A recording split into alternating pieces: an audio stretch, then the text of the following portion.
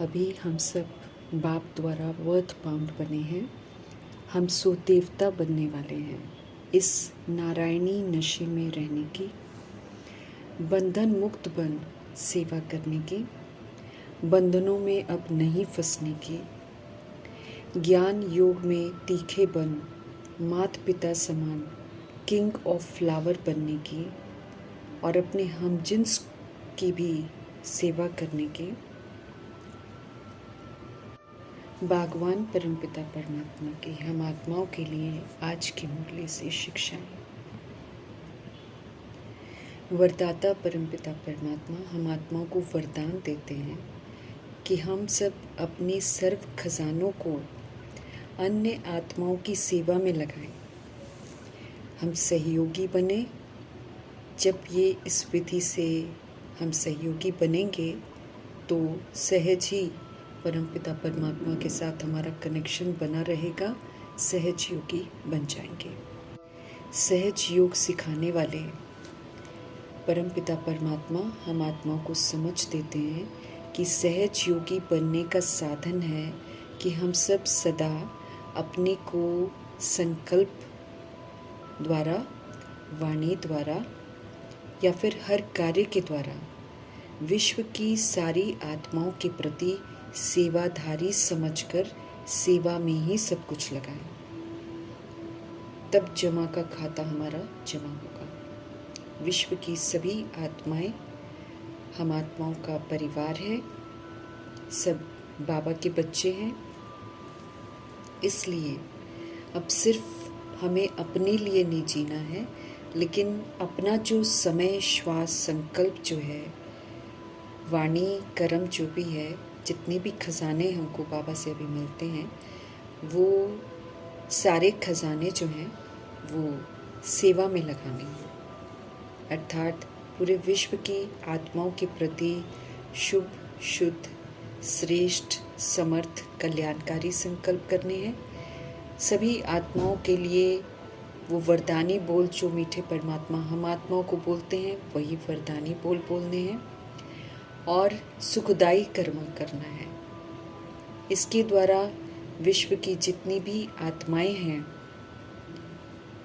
उनको उनके प्रति सेवाधारी समझना है हमको, और फिर सेवा में ही बाबा कहते सब कुछ लगाना है। जितने खजाने बाबा ने हमको दिए हैं वो सेवा में लगाने के लिए मिले हुए हैं। जितना हम सेवा में लगाएंगे उतना खजाने फलीभूत होंगे और उतना हमारे खजाने जो हैं वो जमा होंगे।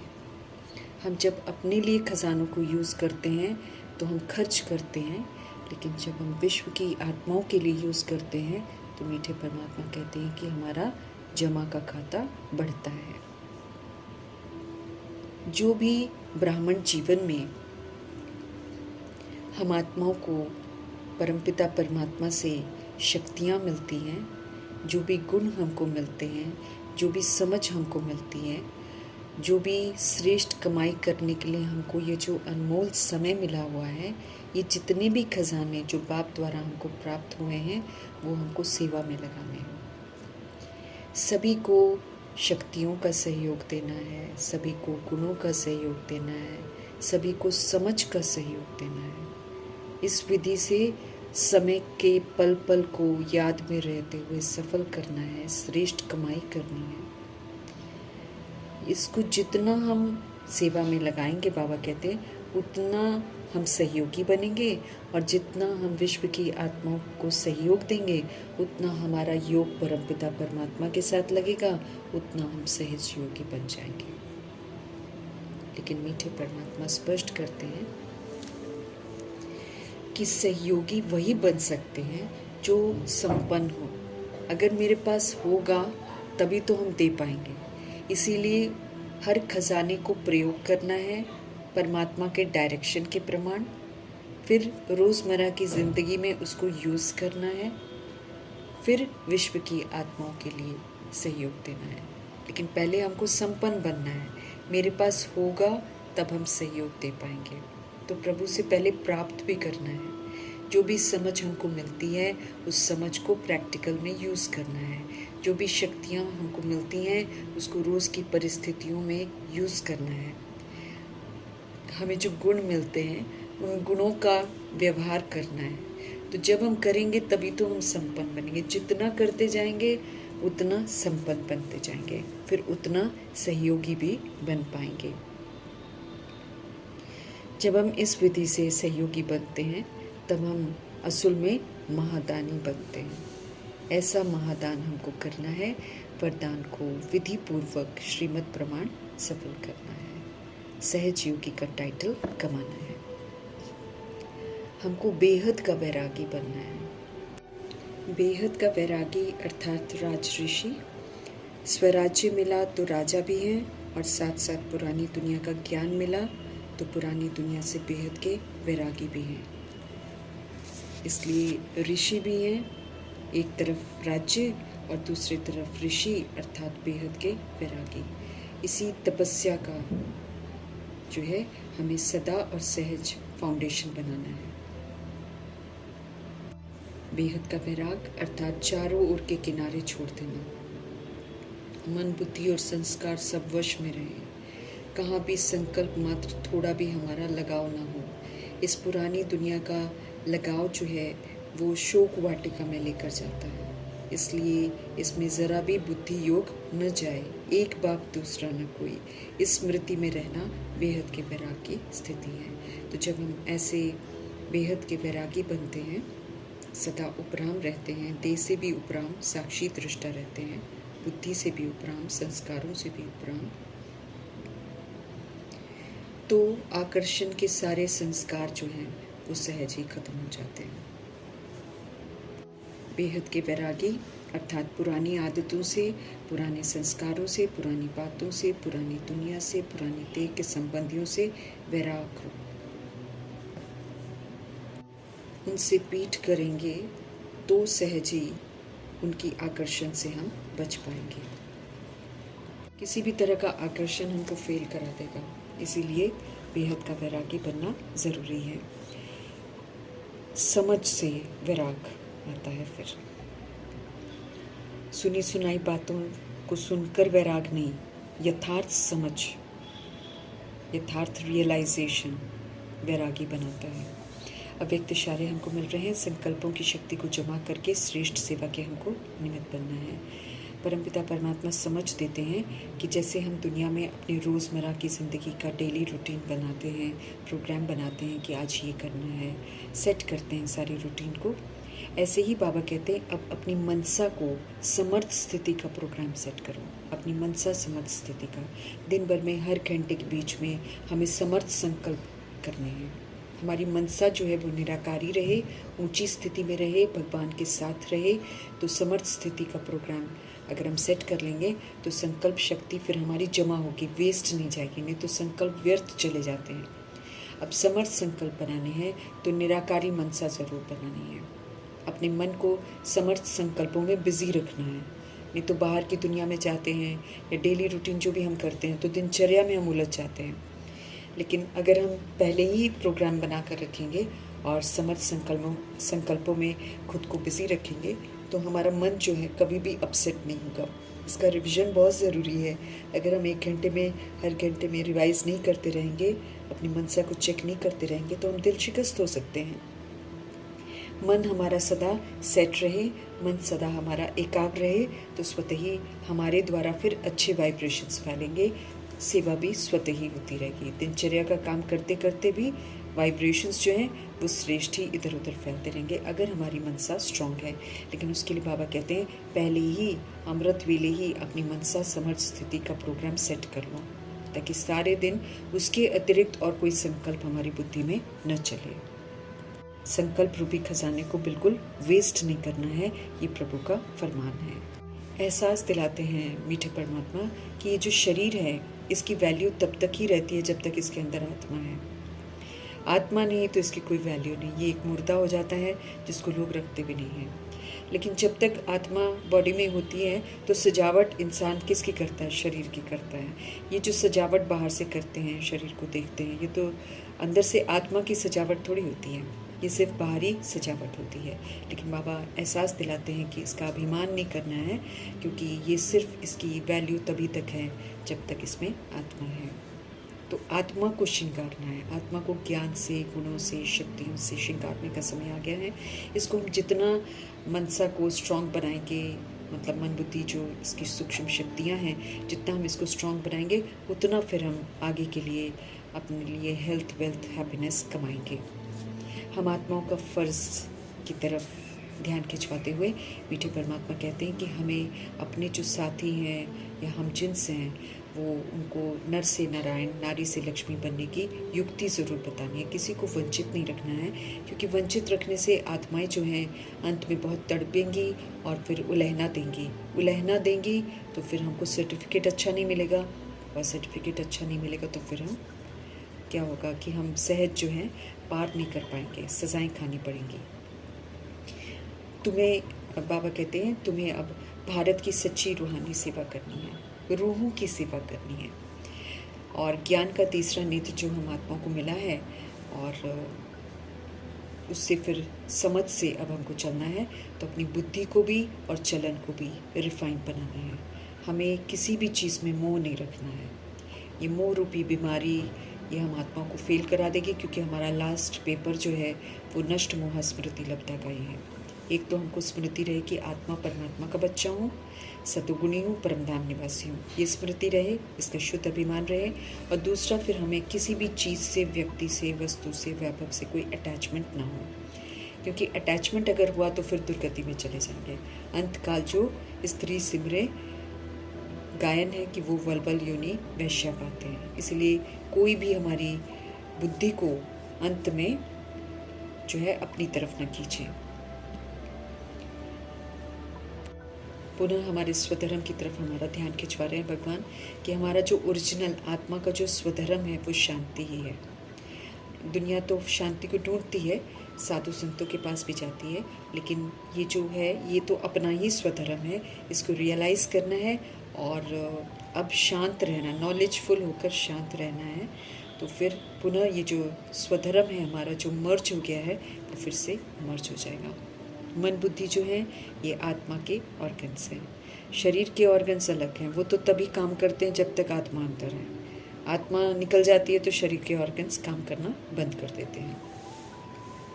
ये जो मन, बुद्धि और तीसरा समझ का नेत्र है, ये तो आत्मा का हिस्सा है, ये आत्मा की सूक्ष्म शक्ति है।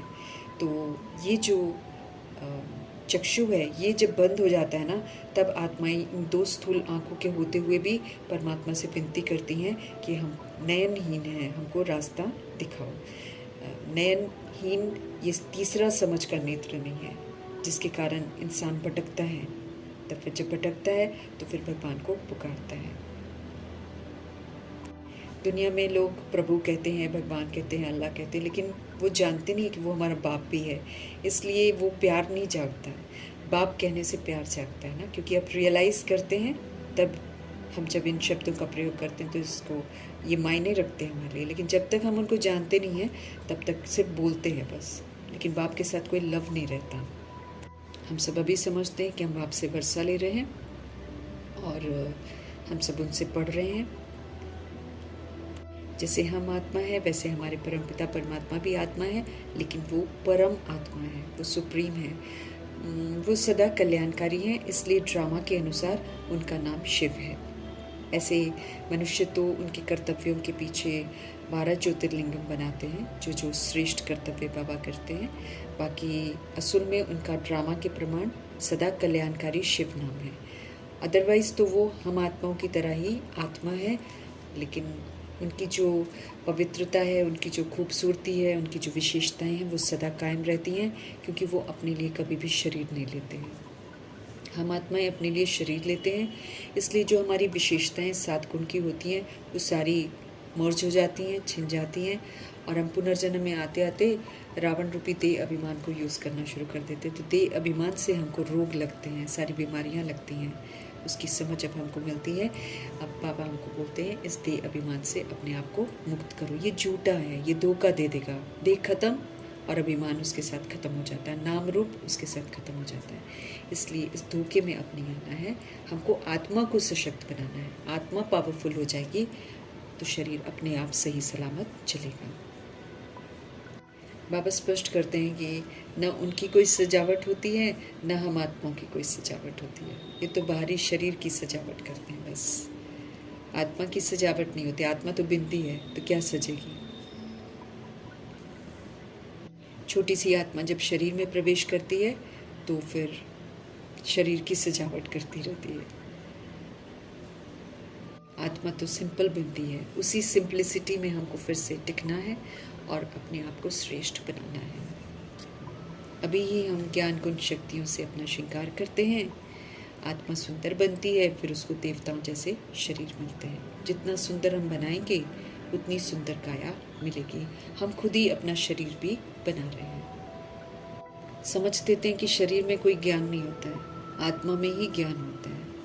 परमपिता परमात्मा में ही पूरा ज्ञान है। अब वो हम आत्मा को कहते हैं मुझसे पूरा ज्ञान लो और फिर वर्षा कमाओ। शरीर को 2 ही नेत्र होते हैं, ये तीसरा नेत्र तो आत्मा है, समझ का नेत्र। मस्तक में आत्मा रहती है, भ्रिकुटी के बीच में, जहाँ पर लोग बिंदी लगाते हैं, तिलक लगाते हैं। मीठे परमात्मा आकर हमको तीसरा नेत्र देते हैं, समझ देते हैं। हम आत्मा का तीसरा नेत्र जो बंद हो गया है उसको पुनः खोलते हैं। ये धीरे धीरे खुलता है और जिस दिन पूरा खुल गया उस दिन फिर अवेकनिंग हो जाती है। उस दिन शंकर बन जाएंगे, नष्ट मोह स्मृति लब्धा बन जाएंगे। अभी तो खुल रहा है, अभी पूरा खुला नहीं है। हम सब सर्वोत्तम ब्राह्मण कुल के हैं। अभी इस कुल के नियमों के प्रमाण हमको चलना है। रचता और रचना के आदि मध्य अंत को जानकर फिर अब कोई भूल नहीं करनी है। देह अभिमान में नहीं आकर अनादि आदि विशेषताओं को यूज़ करके हमको चक्रवर्ती राजा बनना है, जगना है और सारी सोल्स को जगाना है। मीठे परमात्मा आकर हमको देही अभिमानी बनना सिखलाते हैं कि अब आत्मा के शुद्ध अभिमान में रहो। अब ऊंचा उठो, सब तरह की गुलामियों को छोड़ो। देह अभिमान हमको गुलाम बना देता है। देह अभिमान रावण है ना, ये हमको शोक वाटिका में बंद कर देता है। हम कभी भी खुश नहीं रह सकते हैं। लेकिन देही अभिमानी आत्मा जो है वो प्रभु के संग रहती है, इसलिए सदा खुश रहती है। मनुष्य शरीर का कितना दिखावा करते हैं, लेकिन बाबा अब हम आत्माओं को इस तरह के भपकों से निकाल कर समझ देते हैं कि शरीर तो विनाशी है, ये तो वर्थ नॉट अ पेनी है। आज के शरीर तो किसी काम के नहीं है।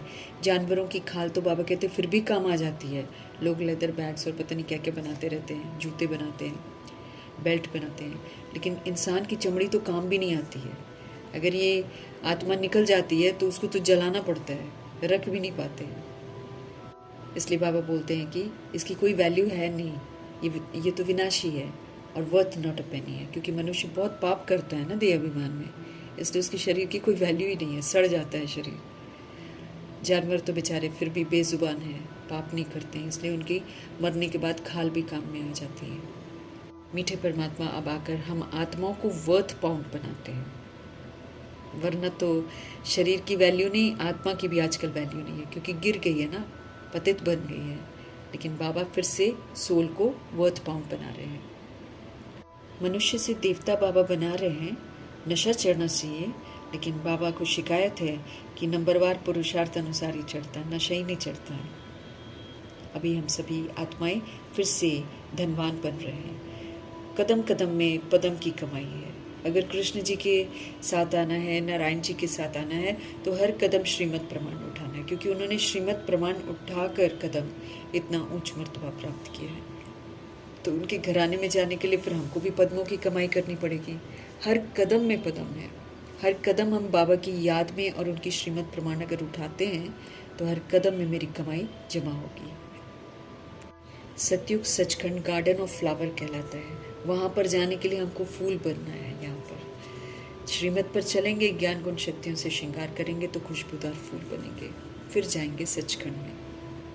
भगवान परमपिता परमात्मा हम आत्माओं को फिर से कांटे से फूल बना रहे हैं। सब तरह के विकार रूपी कांटे, देह अभिमान रूपी कांटे को निकालना है अपनी बुद्धि से।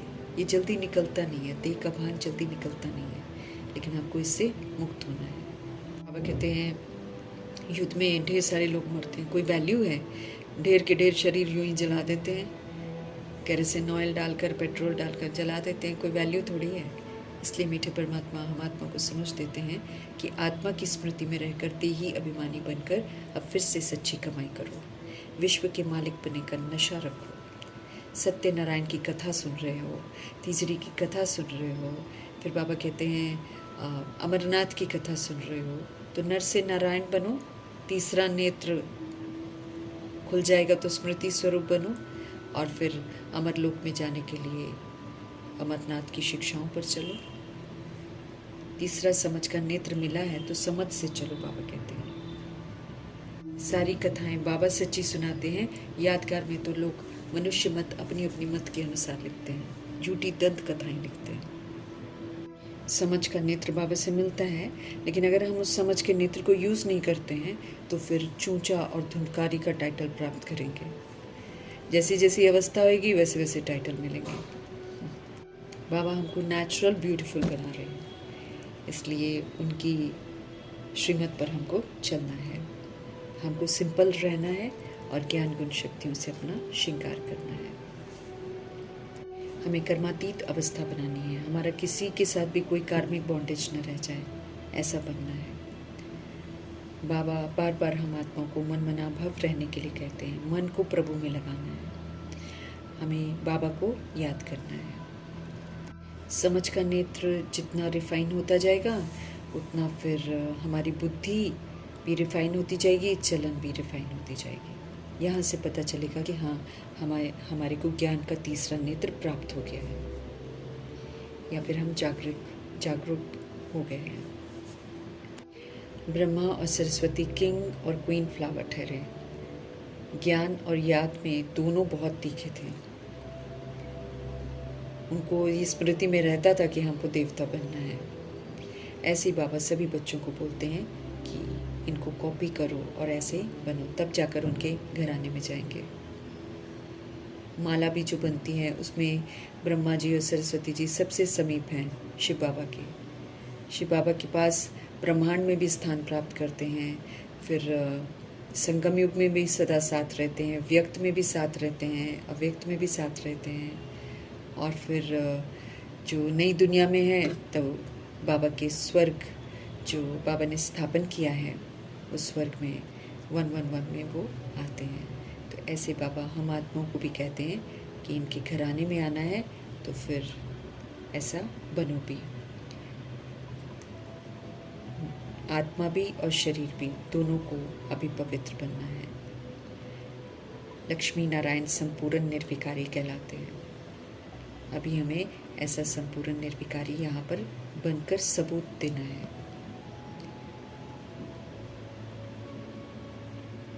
जो भी बाबा कहते हैं ये जो बिल्ली रूपी माया भिन्न भिन्न रूप लेकर आएगी, कभी चूहा बनकर आएगी, कभी शेर बनकर आएगी, कभी बिल्ली बनकर आएगी, विघ्न तो ज़रूर डालेगी, अवस्था को भी गिरा देती है अगर हम अटेंशन में नहीं रहते हैं। और दे अभिमान जो है ये पहला नंबर है और विकार फिर उसके बाद आते हैं ना, तो ये जो है ये हमारी अवस्था को बिल्कुल नीचे गिरा देते हैं, मोह भी हमको नीचे गिरा देता है। तो अभी हमें स्वयं को इनसे मुक्त करना है, नहीं तो माया जो है वो इन्हीं का रूप ले लेकर हमको कमज़ोर बनाती रहेगी, हार खा जाएंगे। बाबा नहीं चाहते कि हम सब हार खाएं, इसीलिए वो हम आत्मा को समझ देते हैं कि दे अभिमान से स्वयं को मुक्त करो, भारत को स्वर्ग बनाने की रूहानी सेवा करो। मोह के वश नहीं होना है, मोह की बिल्ली या बिल्ला हमको नहीं बनना है, नहीं तो मुंह की बिल्ली बिल्ला कहलाएंगे अगर हमको किसी भी चीज़ से मोह होगा। तो हम आत्माओं की एम ऑब्जेक्ट को हमें सामने रखना है। मनुष्य से देवता बना रहे हैं भगवान, नर से नारायण बना रहे हैं, तो हमारा फ़र्ज़ है कि हम सभी आत्माएं खुद भी बने और जो अन्य आत्माएं हैं उनकी भी सेवा ज़रूर करें। हमको मालूम है कि हम क्या थे और अब हम क्या बन गए हैं, तो पुरुषार्थ फिर बाबा कहते पूरा का पूरा करो और राजाओं का राजा बनो। हम सब अपने लिए राज्य खुद ही स्थापन कर रहे हैं, इसलिए बड़ी जिम्मेवारी से अपना पाठ हमको बजाना है, क्योंकि जो हम बनाएंगे उतना ही हमको प्राप्त होगा। विनाश के लिए भी ड्रामा में युक्ति रची हुई है। बाबा कहते हैं बॉम्ब्स के साथ विनाश होना है, तैयारी खूब हो रही है। इसीलिए उससे पहले, विनाश होने से पहले पहले अपने आप को जो भी है श्रेष्ठ बना लो, फूल बन जाओ, सारे कांटों से मुक्त हो जाओ। मीठे परमात्मा ये भी समझाते हैं कि तरह तरह के फूल जो हैं वो यादगार हैं आत्माओं के, क्योंकि पुरुषार्थ करके जो जैसा बनता है वैसे यादगार में फूल हैं। अब कई फूल हैं जिसमें खुशबू नहीं होती है, कई फूल जो हैं पॉइजनस भी होते हैं, जैसे अक का फूल है, इसका दूध जो निकलता है वो जहर वाला होता है, लेकिन इसको भी कहीं ना कहीं काम में यूज़ होता है, कोई ना कोई बीमारी इससे ठीक होती है। तो फिर अहमियत इसलिए हो जाती है क्योंकि बाबा के बनते ही हैं, बाबा पर कुर्बान जाते हैं, लेकिन इसमें खुशबू नहीं होती है, ये बाबा हमको समझ देते हैं। तो जितनी भी दुनिया में फूल हैं वो सब यादगार हैं बाबा के बच्चों के। 16,108 करोड़ आत्माओं के यादगार हैं। इतने फूल हैं दुनिया में, कोई किसी का रंग अच्छा है तो किसी का रूप अच्छा है तो किसी की खुशबू भी अच्छी है। जैसे गुलाब है, बाबा रूहानी गुलाब बनाते हैं सबको। कमल का फूल है, तरह तरह के फूल हैं। रात की रानी है, वो सिर्फ रात को खुशबू देती है। तो डिपेंड करता है कि आत्माओं ने कैसे कैसा पुरुषार्थ किया है, वैसे वैसे यादगार बनते हैं। हम सभी आत्माओं को ज्ञान धारण करना है, लेकिन बाबा को शिकायत है कि कई आत्माएं धारण नहीं करती हैं, या तो बिल्कुल हाईएस्ट बन जाते हैं या तो बिल्कुल लोएस्ट बन जाते हैं। राजधानी मीठे परमात्मा बोल रहे हैं 2500 वर्ष की यहीं पर बनती हैं। तो कह देते हैं पांडव कल मरे, फिर क्या हुआ कुछ भी पता नहीं है। तो यहाँ पर हम आत्मा जो हैं, हम परमपिता परमात्मा के बच्चे जो हैं, अभी प्रीत बुद्धि बनते हैं तो हम पांडव कहलाते हैं। तो पांडव देह अभिमान को ख़त्म करते हैं, तो वो कह देते हैं कि पांडव कल मरे, फिर उसके बाद उनको कुछ भी पता नहीं है। कथाएँ बस यूँ ही बनाते रहते हैं, ऐसी कोई बात नहीं होती है। अभी हम सभी आत्माएँ स्वच्छ बुद्धि बन रहे हैं, मीठे परमात्मा को स्वच्छ बना रहे हैं। तरह तरह से बाबा हमको समझाते हैं कि सिर्फ बाप को और बरसे को याद करो। भगवान ही पतित पावन है, वही हम पतितों को पावन बना सकते हैं, इसलिए सिर्फ उनको ही याद करना है। इस समय आत्मा भी पतित है तो शरीर भी पतित है, अब हमको पावन बनना है। आत्मा पवित्र बनती है तो शरीर भी पवित्र बन जाता है। मेहनत ज़रूर करनी है आत्मा को पवित्र बनाने की। बच्चे कमज़ोर हैं, बाबा को शिकायत है, याद ही भूल जाती हैं। फिर ब्रह्मा जी भी अपना अनुभव सुनाते हैं कि जितना भी बहुत अटेंशन रखना पड़ता है, अगर हम अटेंशन नहीं रखते हैं तो याद बार बार भूल जाती हैं। नंबरवार पुरुषार्थ अनुसार सब बच्चे बंधन मुक्त बन रहे हैं, लेकिन बाबा कहते कोई तो बंधन मुक्त होते हुए भी फिर जाकर फंस जाते हैं। तो ऐसी गलती हमको नहीं करनी है। और किसी के बच्चे नहीं होते हैं तो जाकर बच्चे अडॉप्ट कर लेते हैं, फिर मोह माया में फंस जाते हैं। तो ज्ञान का तीसरा नेत्र जो है इसको यूज़ करना है और अपने आप को अब आस्तिक बनाना है। अब हम सही मायने में भगवान को जानते हैं तो हम आस्तिक बनते हैं। दुनिया जानती नहीं है, इसीलिए भले कितनी भी भक्ति करती हो, कितना भी पूजा करती हो, सब के सब नास्तिक हैं। मीठे परमात्मा बिंदी हैं, अपना परिचय हमको खुद आकर देते हैं। वो तो सिर्फ कह देते हैं नाम रूप से न्यारा। हमारे बाबा जो हैं ज्योति बिंदु हैं और उनका नाम शिव है।